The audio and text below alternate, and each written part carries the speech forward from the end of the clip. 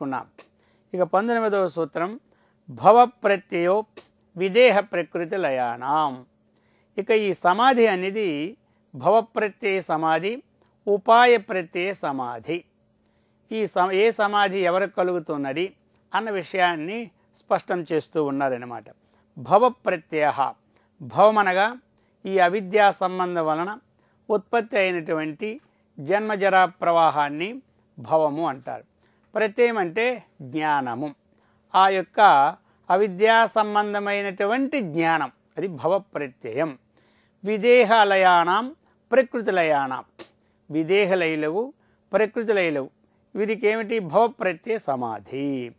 విదేహులు అంటే ప్రకృతి పురుష వివేకము లేనటువంటి పంచభూతములందు కానీ లేక శ్రోత్రాది వాగేంద్రియములందు కానీ ఆత్మభావన చేసి సమాధిని పొందుతారు.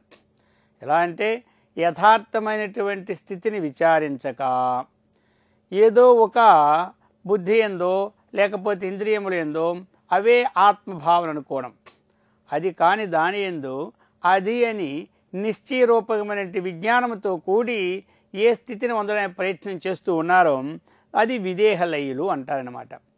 కాబట్టి వీరు ఒకటి. రెండవది, వీరు ఇంద్రియాదుల యందే లీనమవుతారు.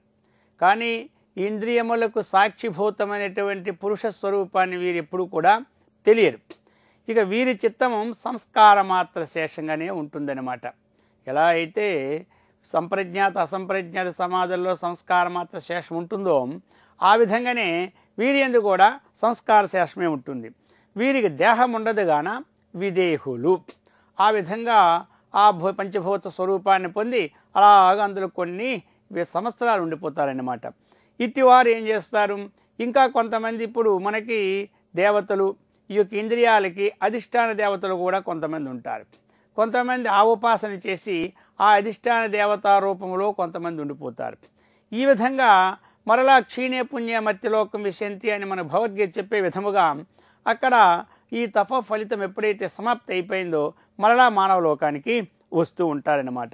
కాబట్టి వారి యొక్క స్థితిని బట్టి, వారి యొక్క సాధనను బట్టి వారు ఎంతెంత కాలము అక్కడ ఉంటారో అన్నటువంటి విషయాన్ని మనకి వాయుపురాణం కూడా చెబుతూ ఉందన్నమాట.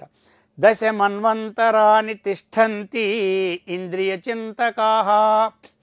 ఇంద్రియ చింతకాహ, ఇంద్రియములే ఆత్మేని భావించి చింతిస్తూ అందులోనే సమాధి పొందిన వారు ఆ స్వరూపములో దశ మన్వంతరాన్ని తిష్టంతి, 10 మన్వంతరాలు ఉంటాయని చెప్తున్నారు. అందుకని ఈ లోకంలో మన జన్మ వచ్చిన తర్వాత ఏది ఆత్మ ఏది అనాత్మ అన్నటువంటి విచారణ శక్తి చేత ఆత్మజ్ఞానాన్ని పొందాలి. ఆ విధంగా పొందినటువంటి వాడు నస పునరావర్తతే, లేనివారు అనేకమైన లక్షల సంవత్సరాలు కూడా ఆ రూపంలో ఉండి మరలా ఈ భవ ప్రత్యయం అంటే ఈ అవిద్యా సంబంధ జనిత సంసారం నందు వస్తూ ఉన్నారన్నమాట. అందుకని దశ మన్వంతరాన్ని తిష్టంతి ఇంద్రియ చింతకాహ. అసలు మన్వంతరం అంటే చెప్తున్నారు 71 చతుర్యుగాలు కలిస్తే ఒక మన్వంతరం అన్నమాట. అటువంటి 10 మన్వంతరాల ఇంద్రియ చింతకులు ఆయా రూపంలో ఉండిపోతున్నారన్నమాట. అది కృతయుగం అనేది 17,28,000 సంవత్సరాలు కృతయుగం. త్రేతాయుగం అనేది 12 సంవత్సరాల 96,000.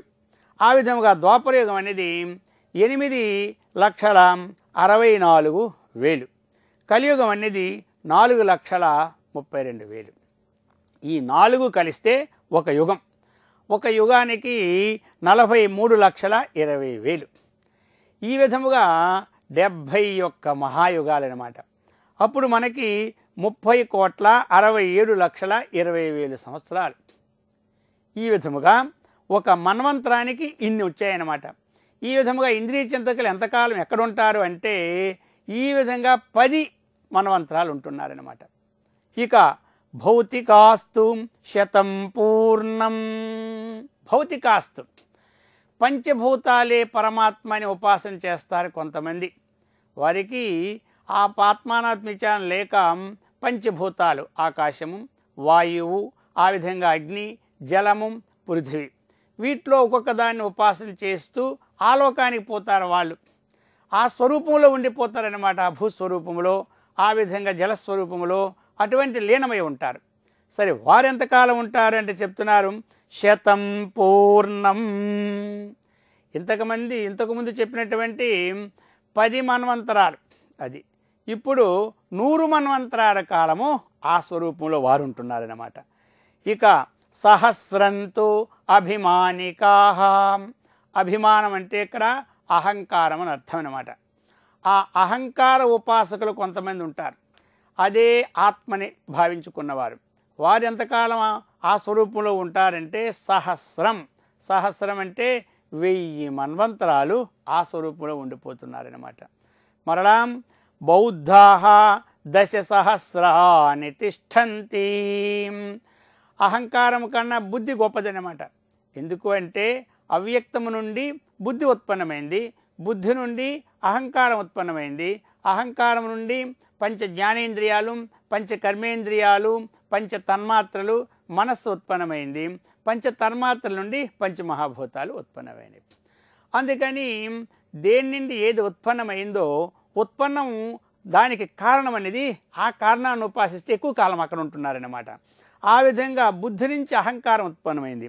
అహంకారాన్ని ఎవరైతే ఉపాసన చేస్తూ ఉన్నారో వారు 1000 మన్వంతరాలు అక్కడ ఉండిపోతున్నారన్నమాట ఆ స్వరూపములో. కానీ అది యథార్థం కాదు కదా. అవధి తీరిపోయిన వెంటనే మళ్ళీ క్షీణే పుణ్యే మర్త్యలోకం విశంతి, మానవలోకానికి వస్తూ ఉన్నారు.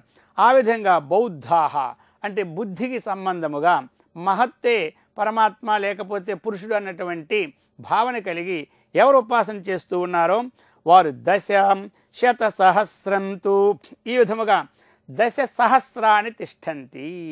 అదనమాట 10,000 సంవత్సరాలు ఆ యొక్క బుద్ధి రూప స్వరూపాన్ని పొందుతూ ఉన్నారు. పూర్ణం శత సహస్రంతు తిష్టంతి అవ్యక్త చింతకాః. అవ్యక్తం అంటే వ్యక్తము కానటువంటిది అర్థం. అవ్యక్తం అంటే ఇక్కడ ప్రకృతిని అర్థం. తిరుగా సత్వము, రజస్సు, తమస్సు కూడినటువంటి ఏ ప్రకృతి స్వరూపం ఉందో దాని పేరే అవ్యక్తము. ఇక ఈ అవ్యక్తాన్ని ఎవరైతే ఉపాసన చేస్తూ ఉన్నారో శత సహస్రంతు అంటే 100,000 మన్వంతరాలు ఆ అవ్యక్త స్వరూపములలా ఉండిపోతున్నారన్నమాట. ఈ విధముగా పురుషం నిర్గుణం ప్రాప్య కాల సంఖ్య నవిద్యతే చెప్పినారు. ఇవన్నిటికీ కాల పరిమితి ఉందన్నమాట. కానీ పురుషం ఇది ప్రకృతి, ఇది పురుషుడు, ఇది ఆత్మ, ఇది అనాత్మ అనే విచారణ ద్వారా గన్నాం. అందరికీ ఆధారమైనటువంటి ఏ చైతన్యమైన పురుషశక్తి ఉందో ఆ శక్తిని పొందిన వారు నస పునరావర్తతే, వారి తిరిగి ఎప్పుడూ కూడా రారు. అందుకని మనం ఉపాసన చేసినప్పుడే ఈ లోకానికి వచ్చిన తరువాత యథార్థ స్వరూపాన్ని తెలుసుకుని ఉపాసన చేయాలి. ఎప్పుడూ కూడా ఏదో ఒక ఉపాసన చేస్తూ ఉంటాం, మరలా వస్తూ ఉంటాం, మరలా పోతూ ఉంటుంటాం. కానీ ధ్యేయం ఏమిటి అసలు అన్నదానిని మనం విచారించాలి. చక్కగా చెప్పింది శాస్త్రము కూడా, భగవద్గీత కూడా చెప్పింది. ప్రాప్య పుణ్యకృతాన్ లోకాన్ ఉషిత్వా శాశ్వతీ సమాహాం శుచీనాం శ్రీమతాంగే యోగభ్రష్టోభిజాయతే అని చెప్పింది. ప్రాప్య పుణ్యకృతాన్ లోకాన్, సామాన్యమైనటువంటి పుణ్యాన్ని ఉద్దేశించి చేసినటువంటి ఎక్కడ పోతున్నారు, ఆయా లోకాలను పొంది అక్కడ శాశ్వతీ సమాహాం. శాశ్వతం అంటే అనేకమైనటువంటి సంవత్సరాలు అక్కడ ఆ పుణ్యాన్ని అనుభవించి మరలా ఎక్కడ పుడుతున్నారంటే శుచీనాం శ్రీమతాంగే, ఈ లోకములో శుచివంతులు శ్రీమంతులు ఇంద్రుల్లో పుట్టి ఆ యొక్క జన్మాన్ని పొంది మరలా ప్రయత్నం చేస్తున్నారు. అందుకని మనము ఉపాసన ప్రారంభంలోనే నిశ్చయం చేసుకుంటూ శాస్త్ర విచారణ చేసుకుంటూ గురువుల ద్వారా తత్వాన్ని చక్కగా తెలుసుకుంటూ ఉపాసన చేయాలన్నమాట. ఏ ఉపాసన చేస్తూ ఉంటుంటాం. ఒకసారి రామకృష్ణ పరమహంస గారు పోతూ ఉన్నారు. పోతూ ఉంటుంటే వారి వెనకతల శిష్యుడు కూడా పోతూ ఉన్నాడు. సరే, అమావాస్య రాత్రి అనమాట. వెళ్తూ ఉంటుంటే అది చీకటిగా ఉందన్నమాట. ఆ చీకట్లో రామకృష్ణ పరమహంస గారు కాస్త ఇటు అటు చూస్తూ ఉన్నారు దిక్కు కానక. వెంటనే శిష్యుడు ఇలా చేయి ఎత్తాడు, అరచేయ ఎత్తేసరికి ఒక 1000 క్యాండిల్ బల్బ్ వెలిగింది ఆ అరచేతిలో. వెంటనే వెనక్కి చూశారు ఎవరు, రామకృష్ణ పరమహంస గారు. శిష్య ఇదేమిటన్నారు. గురువుగారు, ఇది ఏమిటి అంటే తమ దగ్గర అబద్ధం ఎందుకు ఆడాలి, నేను 12 సంవత్సరాలు తపస్సు చేసినాను, ఆ తపస్సు చేస్తే ఇది నాకు ప్రాప్తమైందన్నాడు. బుద్ధిమంతుడా, దేనికోసం తపస్సు చేయాలో తెలుసుకోవద్దా, ఎందుకు దీనికోసం తపస్సు ఎంతకాలం చేసినావు? మనము 2 రూపాయలు ఇస్తే ఒక బ్యాటరీ లైట్ ఇస్తారు, ఆ బ్యాటరీ లైట్ ఇస్తే అది వేసుకుంటే ఏమవుతుంది, చీకటి పోతూ ఉంది కదా. నువ్వు చేసే 12 సంవత్సరాల తపస్సు కూడా 2 రూపాయలు కూడా విలువ లేదు కదా అన్నారు. అయ్యో నాకు తెలియలేకపోయింది స్వామీజీ అన్నారు. కాబట్టి ఆ 12 సంవత్సరాలే యథార్థ వస్తువుని తెలుసుకొని మనం తపస్సు చేసినామంటే మన జీవితం ఏమవుతుంది, సార్థకత వస్తుందన్నమాట. కాబట్టి మనము మొట్టమొదట ఆలోచించాలి. అందుకనే చెప్పినారు పతంజలి మహర్షి, పురుషం నిర్గుణం ప్రాప్య, ప్రకృత పురుష వివేక ఖ్యాతిని సంపాదించుకోవాలి. ఇది ముఖ్యమైనటువంటి. దీన్ని ఎవరైతే సంపాదించుకున్నారో ప్రాప్య కాల సంఖ్య న విద్యతే, వారికి కాల సంఖ్య అంటూ లేదు. అటువంటి సంఖ్యాతీతమైనటువంటిది, త్రిగుణాతీతమైనటువంటిది, అన్నిటికీ అతీతమైనటువంటిది ఆ స్వరూపాన్ని మనం పొందడానికే వచ్చినాం. ఆ స్వరూపాన్ని మనం పొందాలి. ఎప్పుడు అనేక జన్మ సంసిద్ధి తతో యాతి పరం పదం అని చెప్పింది శాస్త్రం. కాబట్టి ఈ విధంగా మనము యథార్థ వస్తువును తెలుసుకొని ప్రయత్నం చేస్తే ఆ ప్రయత్న వస్తువు పొందకపోవడము ప్రారంధవశాత్తు శరీరం విడిచిపెట్టినా మరుజన్మ నుంచి కూడా ఆ యథార్థ వస్తువు యొక్క మార్గంలోనే ఉంటాం. అయథార్థ వస్తువుని మనము యథార్థం కానిది తెలుసుకోకుండా ఏదైతే కాదో అది యథార్థమని నమ్మి చేస్తామనుకోండి, వారు వచ్చే జన్మలో కూడా అయథార్థ స్థితినే ఉండి పతనమైపోతారు. అందుకని ఈ జన్మలో మనము మార్గాన్ని చక్కగా తెలుసుకోవాలి. దానికి ఏం చేయాలి, ఆ మార్గాన్ని ఎవరైతే చక్కగా తెలుసుకున్నారో ఆ మార్గదర్శకుని మనము ఎన్నుకోవాలన్నమాట. ఆ మార్గం తెలిసి మనం ప్రయత్నం చేస్తే, ప్రయాణం చేస్తే, ఒకరోజు కాతే ఒకరోజైనా ప్రయాణములో మందంగా ప్రవేశించినా గమ్యస్థానానికి 4 రోజులు ఎక్కువైనా చేరగలం. ఆ మార్గాన్ని స్పష్టంగా తెలుసుకోకుండా మనం ప్రయాణం చేస్తే ఎన్ని రోజులైనా ప్రయాణం చేరలేం. అందుకని ఈ భవప్రత్యయ సమాధి యొక్క విషయాన్ని మనకు చక్కగా చెప్పారు.